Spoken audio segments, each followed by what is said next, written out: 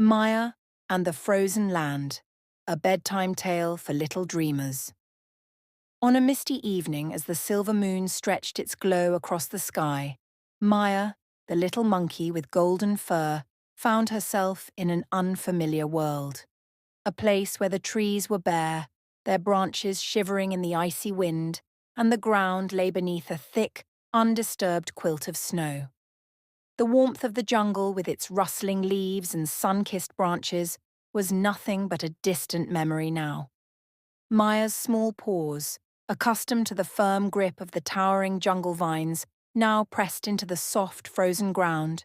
She shuddered. The cold was unlike anything she had ever known.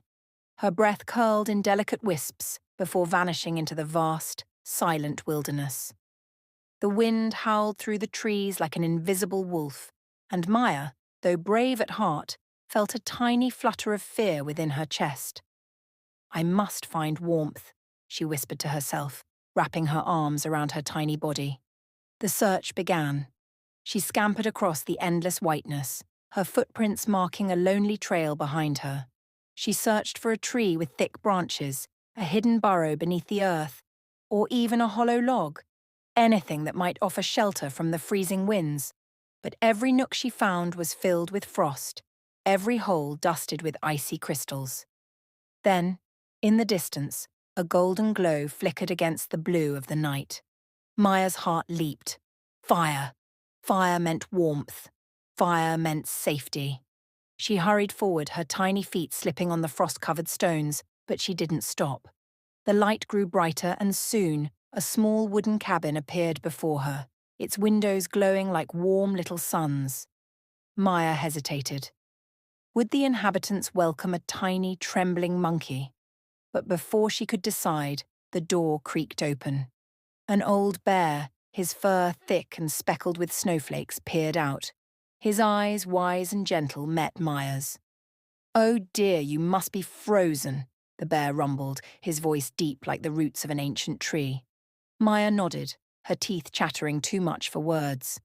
The bear stepped aside, and warmth like a soft, invisible blanket wrapped around her as she stepped inside. The cabin was small, yet filled with the kind of coziness that made one forget the cold outside. A fire crackled in the stone fireplace, casting dancing shadows along the walls. "Come closer, little one," the bear said, offering her a seat near the fire. Maya sank into the softness of a fur-lined chair, stretching her cold paws toward the flickering flames. The warmth seeped into her fur, chasing away the numbness.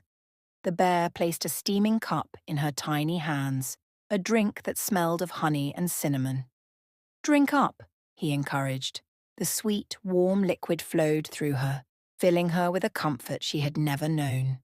She looked up at the bear, her heart swelling with gratitude. "Thank you," she murmured. The bear chuckled. "Kindness should always be shared, little one." As the night deepened, the storm outside grew fiercer, the wind howling like a distant song. But inside the cabin all was quiet, all was warm. The fire crackled softly, and Maya's eyes grew heavy. She curled up on a thick fur-covered bed, the scent of pine and warmth lulling her into drowsiness.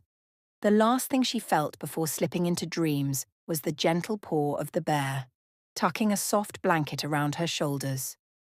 "Sleep well, little traveller," he whispered. And Maya did, for in the heart of the frozen land, she had found not only warmth but kindness, and that, more than fire or shelter, was what made the cold disappear.